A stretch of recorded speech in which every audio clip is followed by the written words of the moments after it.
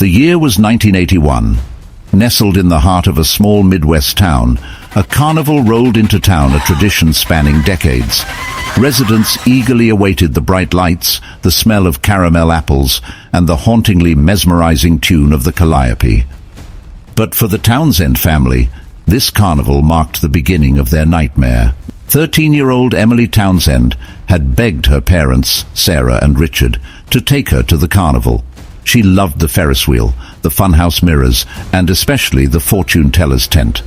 That year, though, there was a new addition to the lineup, a mysterious attraction called the Midnight Maze.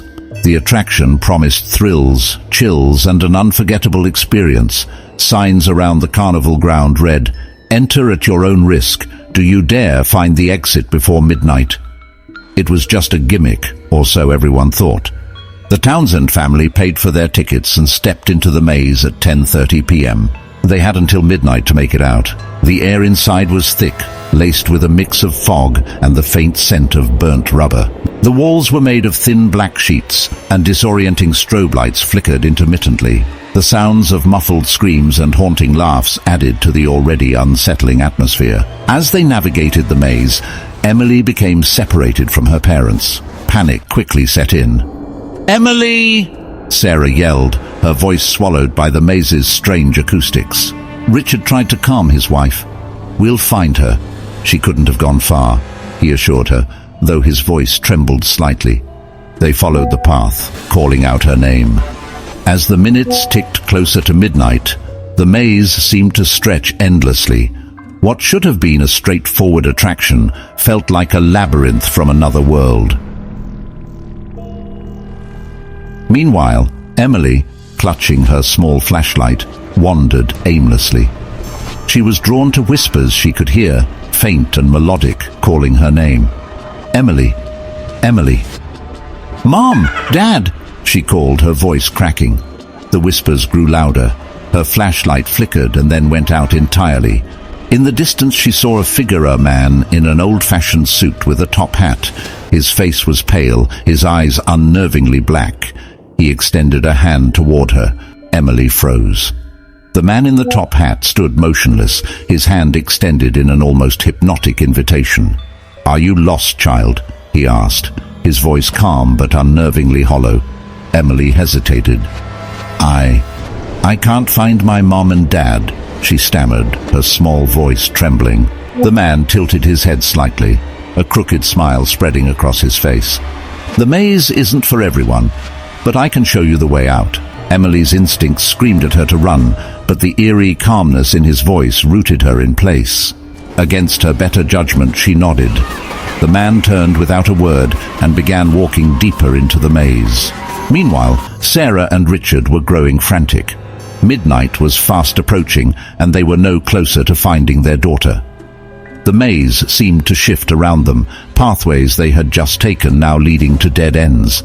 Then, faintly, they heard Emily's voice.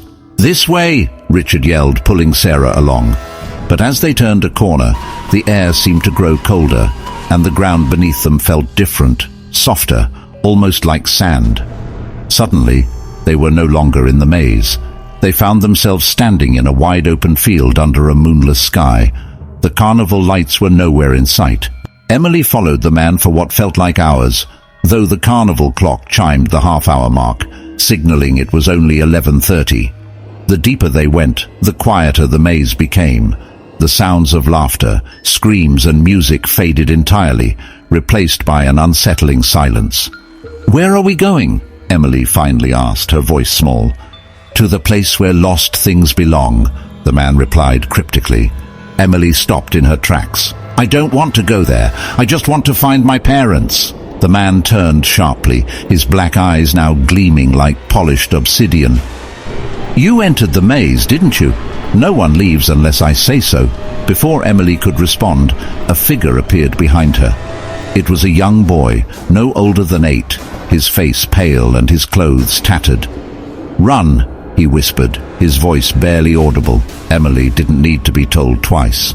She turned and sprinted down the narrow corridor, her heart pounding. The man's voice echoed behind her, cold and cruel. "You can't escape, Emily." Back in the field, Sarah and Richard heard her faint screams. "Emily!" Sarah cried out, spinning in circles to pinpoint the direction. Suddenly, the ground beneath them began to quake. In the distance, a dim light appeared, growing brighter and brighter until it revealed a doorway. From within, they could hear Emily's frantic cries. Richard grabbed Sarah's hand and ran toward the light. The doorway was bordered by swirling fog, but they didn't hesitate. They plunged through, finding themselves back in the maze. The walls seemed taller now, and the air heavier. In the distance, they spotted Emily, huddled against a corner. As they approached, the man in the top hat materialized between them. "You've gone too far," he said, his voice thunderous. "The maze chooses who stays." Richard stepped forward. "You're not taking my daughter." The man's crooked smile returned. "Oh, but you entered willingly, didn't you? It's not my fault you didn't read the rules." Sarah, trembling, stepped forward as well. "We'll do whatever you want, just let her go." The man studied them for a moment before nodding. "Very well. I'll make a trade."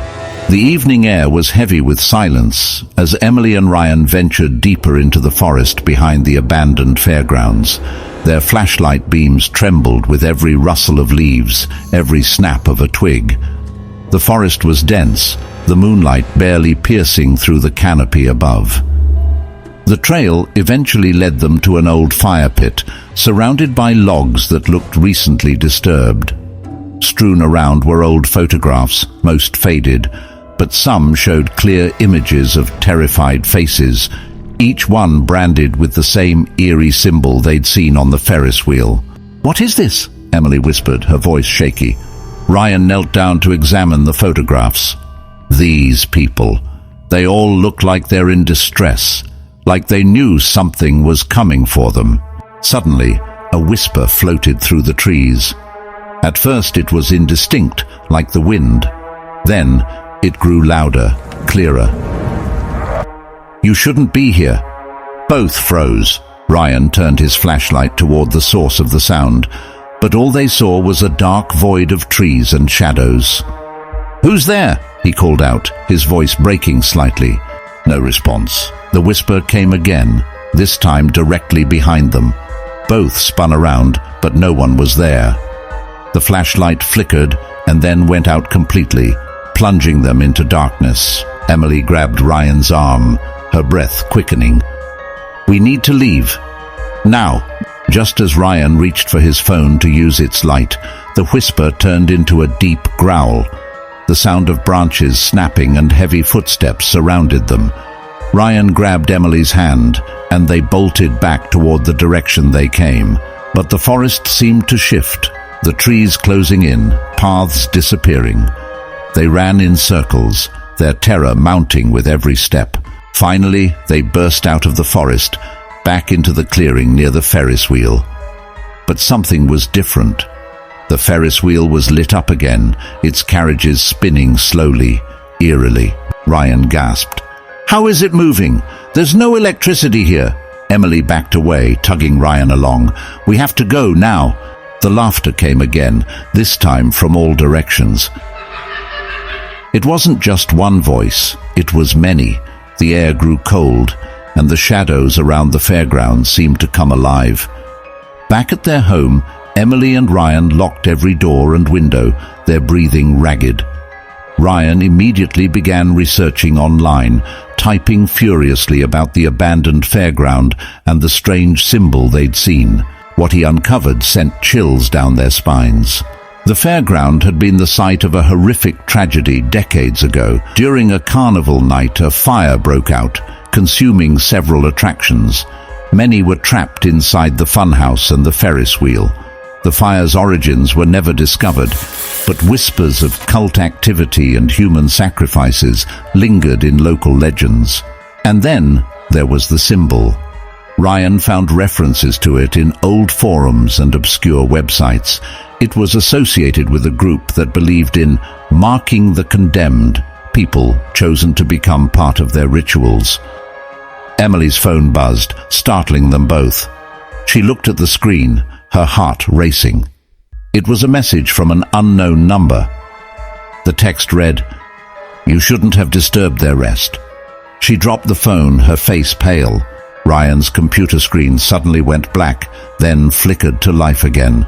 Words appeared on the screen, typed out as if by an unseen hand. "You're marked!" The room filled with an icy wind, extinguishing the candles they had lit. In the suffocating darkness, Emily felt something cold brush against her arm. "Ryan!" she screamed. But Ryan didn't respond. When the lights flickered back on for a moment, Emily saw him standing in the center of the room, his face blank, his eyes glazed over. "Ryan?" she whispered.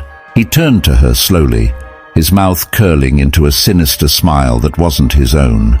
The lights flickered off again, and Emily's screams were swallowed by the darkness.